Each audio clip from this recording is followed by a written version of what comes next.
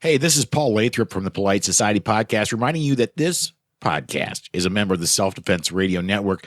Check out all the other great podcasts on the network at selfdefenseradio.net.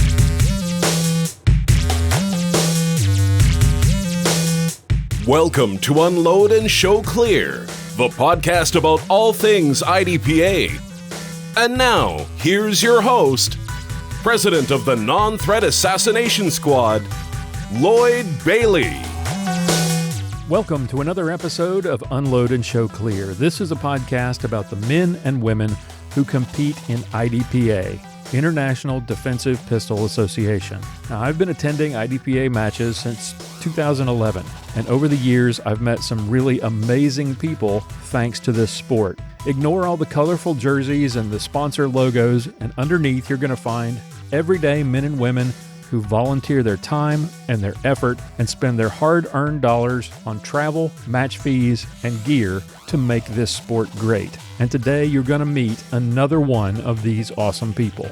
But first, I want to thank today's sponsor.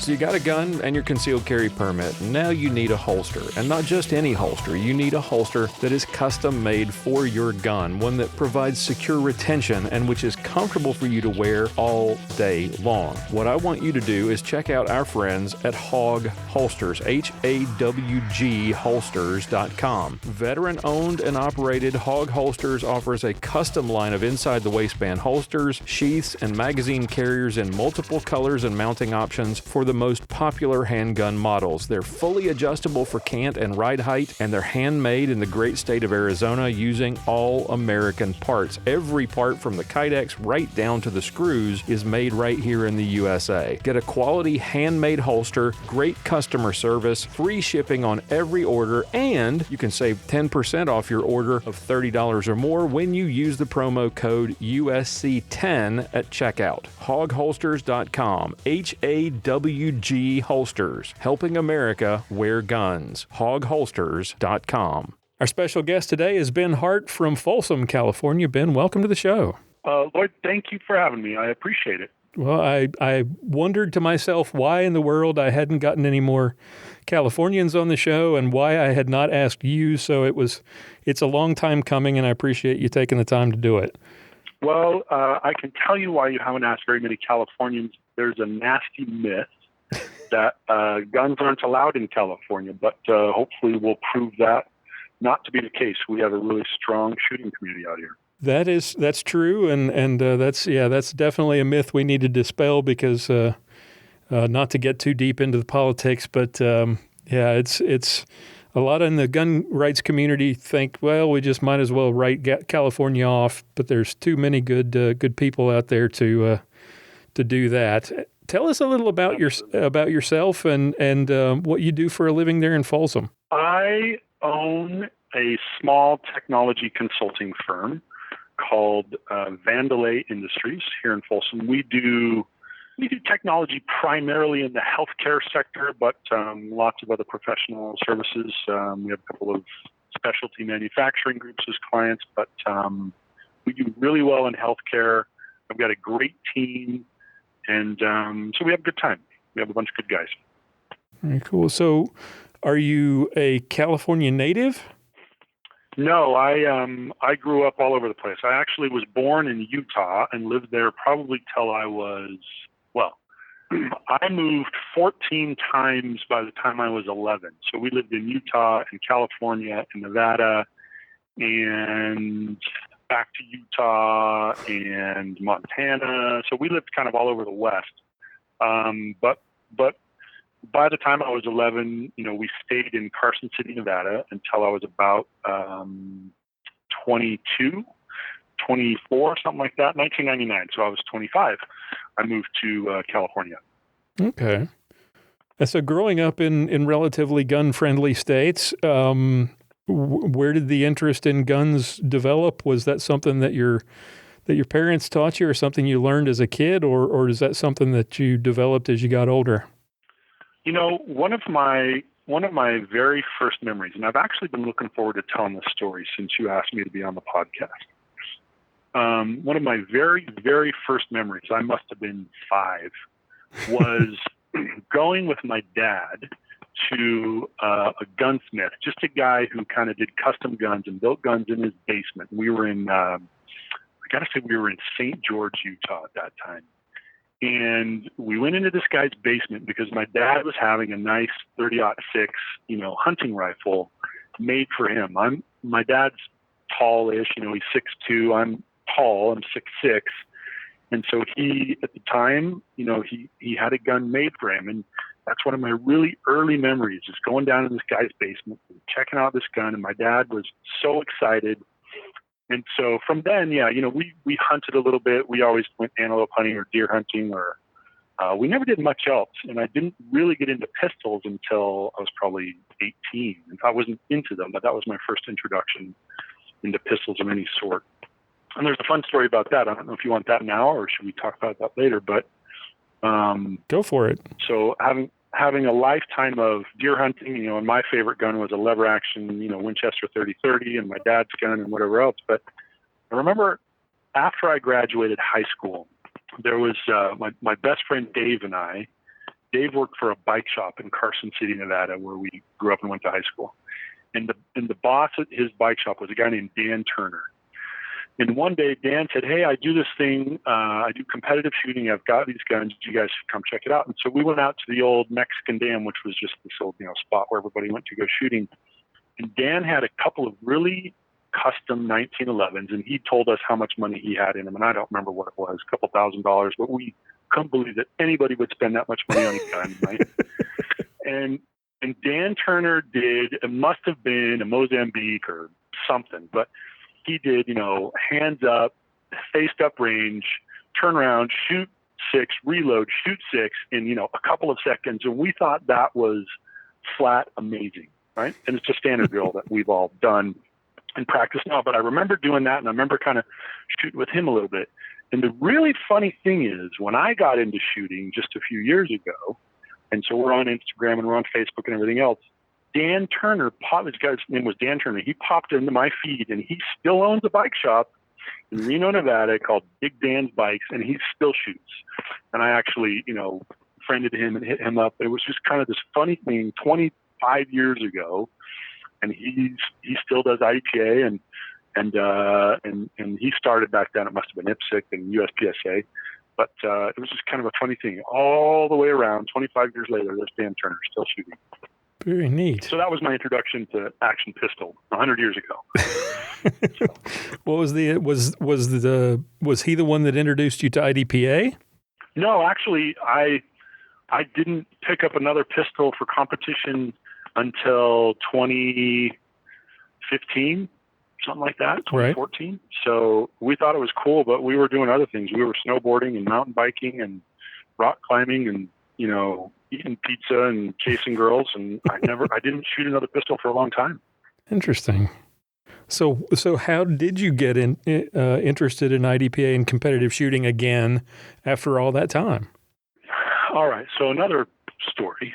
There's another. So like I said, I own a technology company, and I had a client who owned a financial services firm. He did retirement, still does actually, but he's a little bit private about his personality. So I'm not going to say his name, but he owned a financial company, and he also owned a gun shop.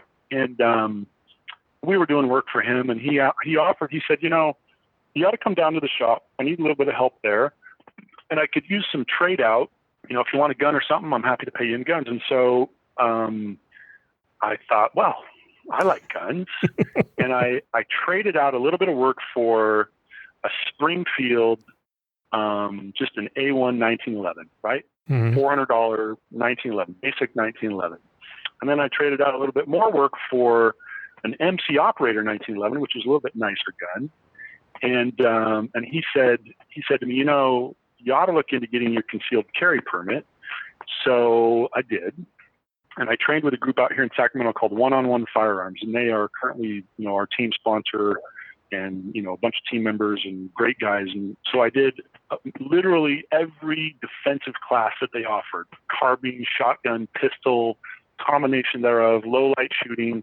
And they kept asking me to come out and shoot competitively. But at the time I was doing autocross, SCCA autocross, which is it's kind of like, it's actually a lot like IDPA with a car. I mean, you're not shooting anybody, but you come up to a course and you have to memorize it and you have to perform on the spot, right? And it changes every time.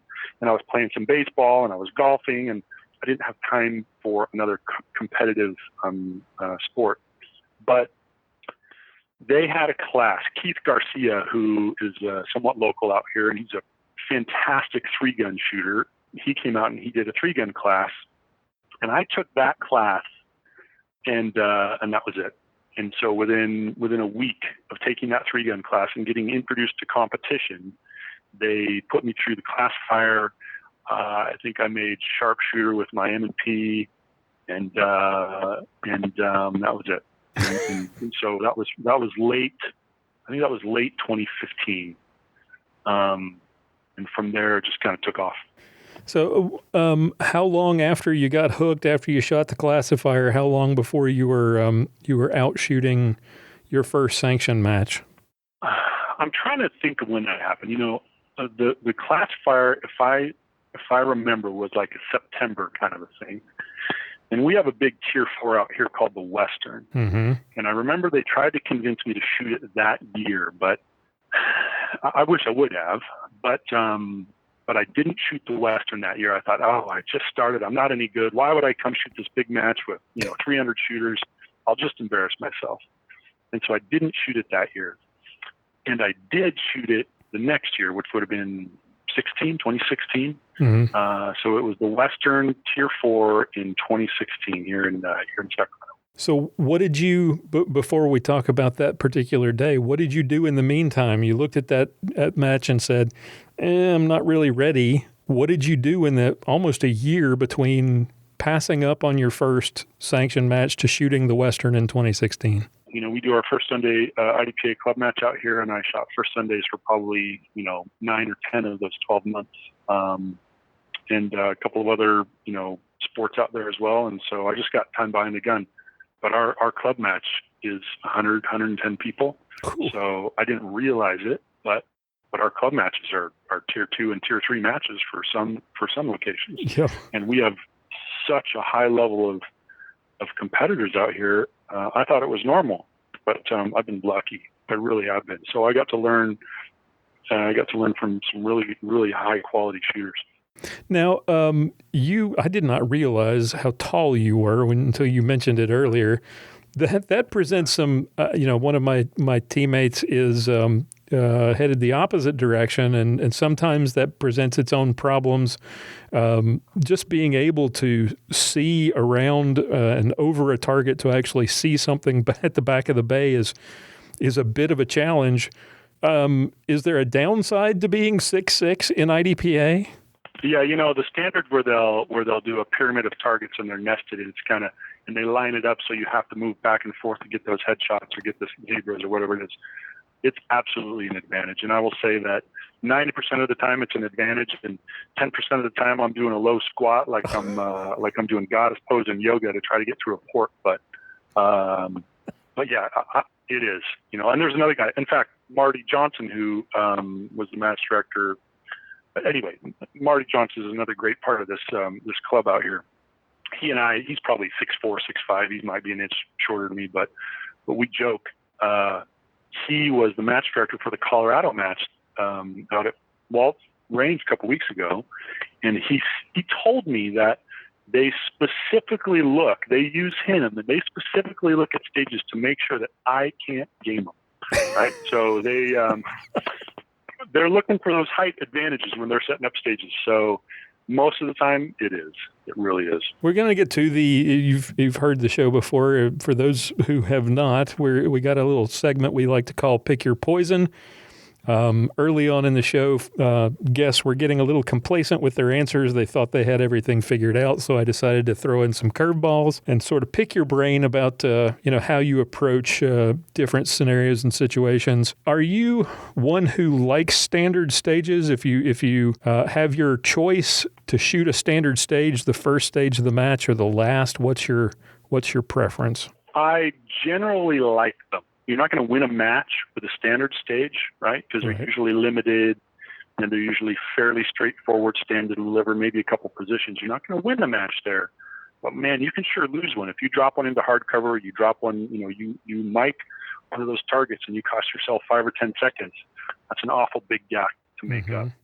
So, I don't mind slowing down a little bit and making sure on those. And I would rather have them at the end of the day. I'd rather have them in the middle, but you only give me 2 choices. So I'm going to say I'd rather have them at the end of the day when my trigger finger is warmed up, when I'm confident in my shot and I know what I'm doing. I like them at the end of the day. What's the weather like, the shooting season like in Folsom? Well, we're Sacramento. We're a suburb of Sacramento, California. And in the summer, it's 105, and in the winter, it's probably 50, 40 to 50. It might be raining, might not be raining. But usually it's really nice weather. Like today was probably 90 degrees, middle of June or beginning of June, and it's 90 degrees. And in our summer season, we're definitely triple digits. Okay, because that really kind of answers the next question I was thinking I might ask you, which was about temperature preferences. But I suspect since you shoot in nice warm weather most of the year, then I pretty much know what your answer is going to be. So yeah. My fingers don't work in the cold. I like warm weather. I'll take 100 over 30 degrees. In fact, I have never shot in 30 degrees because that sounds like absolutely torture. Not for me. Yeah. My fingers don't work in that kind of stuff. Yeah. So. Yeah. Which do you like better? Shooting. These are 2 distinct skills that are important if you're going to excel in this sport or any action shooting sport. Shooting moving targets or moving while you're shooting. Which do you prefer?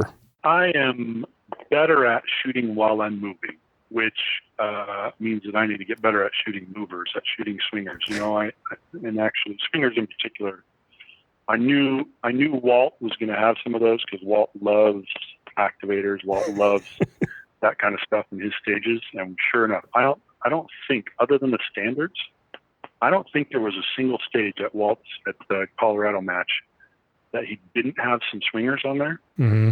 And so I probably spent 1,200 rounds in the week leading up to that match, making sure that I had a little bit more practice on some swingers. So I prefer shooting on the move than shooting at movers. But I'm trying to flip that. I'm trying to get good at both of them. Let's see. Now, being a big guy, this is this next question I don't ask very often, but it seems like you would be a good candidate for it. You come to a position of low cover and you have the choice to shoot around low cover or over the top, slicing the pie as opposed to near to far. Which would be your preference in terms of, what's most comfortable for you? Oh, yeah, for sure. I'm going to shoot over the top. I'm going to kneel, take the knee, shoot over the top, near to far. Absolutely. A little harder to get up at 6'6". I try to stay pretty in shape and pretty active, and I'm trying not to let that be a factor yet. I'm a young 44, Lloyd. I'm young. I'm 34. Just don't tell anybody. That's right. So I'm trying to stay active so that it's not a factor. 40's the new 30, right? That's right. Exactly. Exactly. I don't know how they handle it in California, how you guys do it at your club. Do you prefer a mid-match meal or a meal at the end of the match? I prefer a meal at the end of the match. I don't eat in the middle of the match. If they do a mid-match meal, I skip it. I've found that if you stop and have a taco or you stop and have a sandwich, then you're dragging by a stage or two later. So I actually I'll bring my own protein, and I'm kind of weird like that. I'm pretty particular about what I eat on match days, and I won't load up on anything that tastes good until after the match.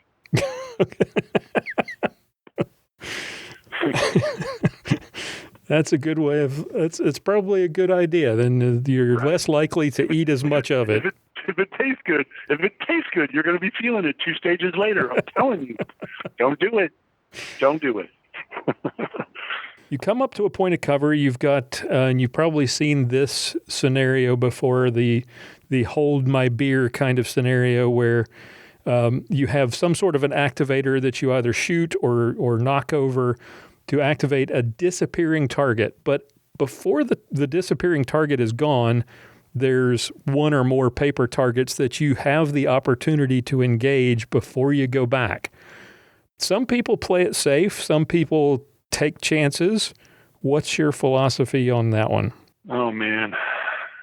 Well, first of all, you've got to hit the activator, Lloyd. I don't know if you know that, but that's key in this scenario. You've got to hit that activator. And usually it's a steel popper at, 11 yards, right? Mm-hmm. A little mini popper. And in fact, at our Western last year, I think I threw 5 rounds at that stupid thing. So you got to hit the activator first. But I'm leaning towards shoot fast, take chances, and I like to think that my skill is catching up with my brain. Although sometimes, you get bit. Shoot fast, take chances. Shoot the activator, shoot the paper, and then come back to the disappearing target. Well, the reason I ask that, generally everybody I've talked to has given the same answer, but what I'm finding is that it's the masterclass shooters who are giving the answer that you just gave, and the ones who aren't quite there yet or who are still sharpshooter expert, there's a little wobble there. There's a little hesitation about that. And I think that confidence in your game, in your ability to make that shot is what distinguishes, I think, or one of the things that distinguishes the masterclass shooters from those who are still trying to get to that point. If I'm a masterclass shooter and I want to compete with the other masterclass shooters, I know that they're going to take that shot. Mm-hmm. So I've got to take that shot, right? Exactly. I almost don't have a choice. So most of the time I'm going to take the shot. Which, at this point, which part of your game is would you say is your strength, and what part of your game needs the most improvement? Ooh. I'll tell you what I need to improve is recently my accuracy has dropped. Like I said, I shot the Colorado match a couple weeks ago, and I dropped 54 points over 14 stages, which is a good double what I should, right? And if you look at BJ Norris, what did he drop? He dropped 14 or something like that. And I was talking to him, and he dropped half of his points on one stage. He dropped 13 for a 14-stage match, and 6 of them were on one stage. And certainly I'm not BJ, and I don't expect that I ever will be. But if I'm dropping 54, I better have it under 20 if I want to compete in that match. So for me, it's accuracy is my worst. My best is I'm really fun. I have a lot of fun on the stages. I'm really good at that. Let's see. I don't know. I think I stumped you. I see so many weaknesses, and I guess here's what it is. The best part, and we can take a pause right here so you can cut all this out, all that waffling before. The best part of my game is that I know that I can get better, and I really work at it, and I love this game, and I haven't put this much effort in anything in a long time, and so I think that's my strength. Is I really love this. I love to put effort into it, and I love to watch the improvement. So that's what I do well. There's my strength right there. Perfect. Yeah, we'll cut all the waffling out and make it sound like total confidence, right? Now, you were telling a story. You were getting ready to tell me a story, something about your wife that we were going to make sure that got on the show, so that you share that with her. Well, before we got started, and I cut you off rudely. So yeah. Let's make sure this is. So my wife, I think all of our spouses, all of our significant others, we wouldn't be able to do this sport without their support, right? Right. She sees how much I love this sport. But a couple of years ago, I was traveling to a match. I don't remember what it was. And I came home, and I hadn't had the match that I wanted, whoever does. And I was kind of tired and worn down and grumpy. And she's like, "Babe, you're not going to be able to travel if you're going to be like this." So nationals last year, we were looking at flights, and it's It's actually, for us in Sacramento, it's a nonstop from Sacramento to Atlanta. Mm-hmm. So we flew Sacramento to Atlanta, which is about 3.5 hours. And then we drive to the range. And she said, you know what? You should fly first class so that you're rested and you don't have to be stuffed into those little seats, and you have a good match and you come back in a good mood, right? And we talked about, I'm 6'6" and I've got fairly broad shoulders, and it is those little tiny 3-row seats, man, they're miserable. Mm-hmm. So she insists that I fly first class when I'm traveling to matches. And I'll tell you, it makes a difference.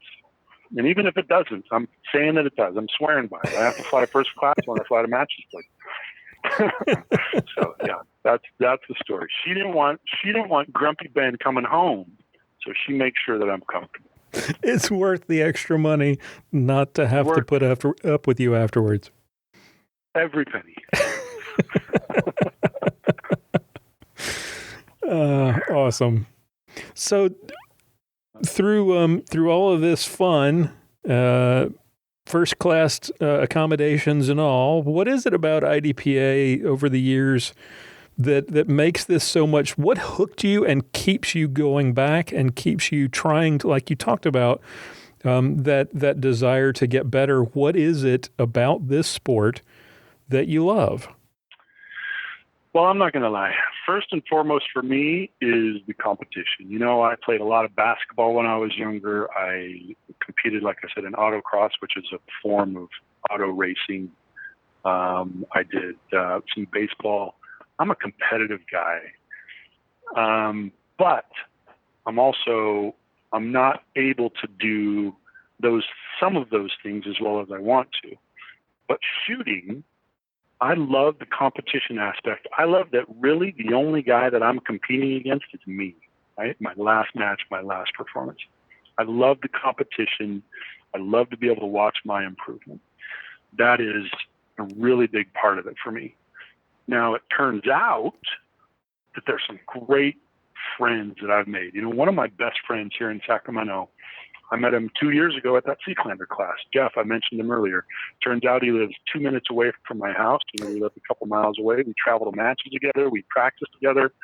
We try to take over the world, right? We've got all of these ideas on how to take over the world. And the guys on the team, some of them have become clients. Their businesses have become clients. I've had the great opportunity to meet Joyce Wilson and Bill and a bunch of the Wilson shooters and Rob Latham, and then all of the people that run the matches and do this stuff that makes this possible for me. That's why I come back, right? I need the competitive outlet, but there's 100 ways to get it. And the fun that I have and the people that we get to screw around with and joke around with, and that's what it is, right? And I know everybody says that, but it really is. It's a lot of fun. Yep. It's a lot of fun. Well, Ben, I can't believe it took me so long to get you on the show. I really do appreciate you taking the time, and hopefully I get a chance to see you on the range at a match someday. That would be awesome. Yeah, we'd love to have you. It'd be fun. Thanks again for doing this. All right, that's all the time we have for today. I want to thank our guest for coming on the show and our sponsors for making all of this possible. Take a moment, if you would, to check out the website, check out our show notes at unloadpodcast.com. We've got lots of interviews with more amazing guests like the one you heard today. Join our Facebook group at unloadpodcast.com/Facebook for all the latest updates and to connect with other fans of the show. And if you'd like to support the show, we sure would appreciate it. Consider becoming a patron at unloadpodcast.com/extra. I've got some full-length interviews and special content available there exclusively for patrons as well. And if you know somebody or you yourself would make an interesting guest for a future episode of Unload and Show Clear, please contact me at lloyd@unloadpodcast.com or click on the contact page on the website and send us a message. We'd love to hear from you. Tune in again next time for another episode of Unload and Show Clear.